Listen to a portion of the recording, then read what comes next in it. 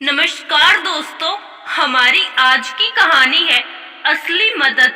मैं कई दिनों से बेरोजगार था। एक एक रुपए की कीमत जैसे करोड़ों लग रही थी।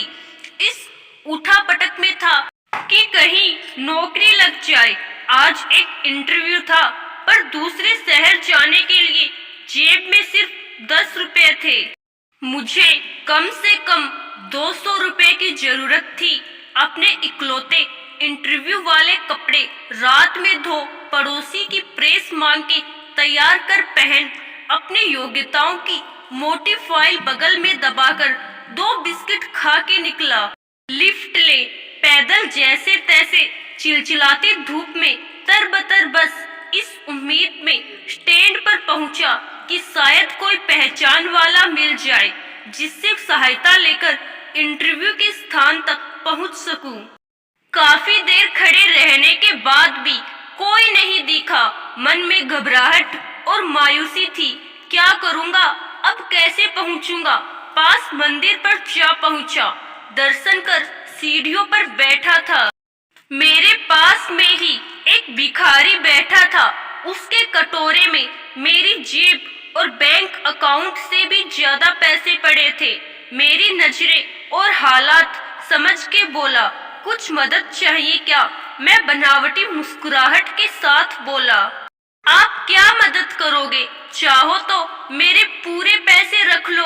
वो मुस्कुराता बोला। मैं चौंक गया। उसे कैसे पता मेरी जरूरत? मैंने कहा, क्यों, शायद आपको जरूरत है? वो गंभीरता से बोला, हाँ है तो, पर तुम्हारा क्या? तुम तो दिन भर मांग के कमाते हो। मैंने उसका पक्ष रखते हुए कहा।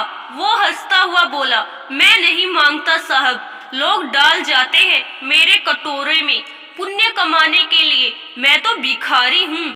मुझे इनका कोई मोह नहीं। मुझे सिर्फ भूख लगती है, वो भी एक टाइम, और कुछ दवाइयाँ, बस। मैं तो खुद ये सारे पैसे मंदिर की पेटी में डाल देता हूँ। जो सहज था। कहते कहते मैंने हैरानी से पूछा, फिर यहाँ बैठते क्यों हो? जरूरतमंदों की मदद करने, कहते हुए वो मंद मंद मुस्कुरा रहा था। मैं उसका मुंह देखता रह गया। उसने 200 रुपए मेरे हाथ पर रख दिए और बोला, जब हो तब लौटा देना। मैं उसका धन्यवाद जताता हुआ वहां से अपने गंतव्य तक पहुंचा। मेरा इंटरव्यू हुआ और सिलेक्शन भी। मैं खुशी खुशी वापस आया। सोचा उस भिखारी को धन्यवाद दे दूं। मैं मंदिर पहुंचा। बाहर सीढ़ियों पर भीड़ लगी थी। मैं घुस के अंदर पहुंचा। देखा वही भिखारी मरा पड़ा था। मैं भौचक्का रह गया। मैंने दूसरों से पूछा, यह कैसे हुआ? पता चला वो किसी बीमारी से परेशान था, सिर्फ दवाइयों पर जिंदा था। आज उसके पास दवाइयाँ नहीं थी और न ही उन्हें खरीदने के पैसे। मैं अवाक सा उस भिखारी को देख रहा था। अपनी दवाइयों के पैसे वो मुझे दे गया था। जिन पैसों पे उसकी जिंदगी का दारोमदार था, उन पैसों से मेरी जिंदगी बना दी थी। भीड़ में से कोई बोला, अच्छा हुआ मर गया। ये भिखारी भी साले बोझ होते हैं, कोई काम के नहीं। मेरी आंखें डबडबा आई। वो भिखारी कहाँ था? वो तो मेरे लिए भगवान ही था, नेकी का फरिश्ता, मेरा भगवान। मित्रों, हम में से कोई नहीं जानता कि भगवान कौन है और कहाँ है। किसने देखा है भगवान को?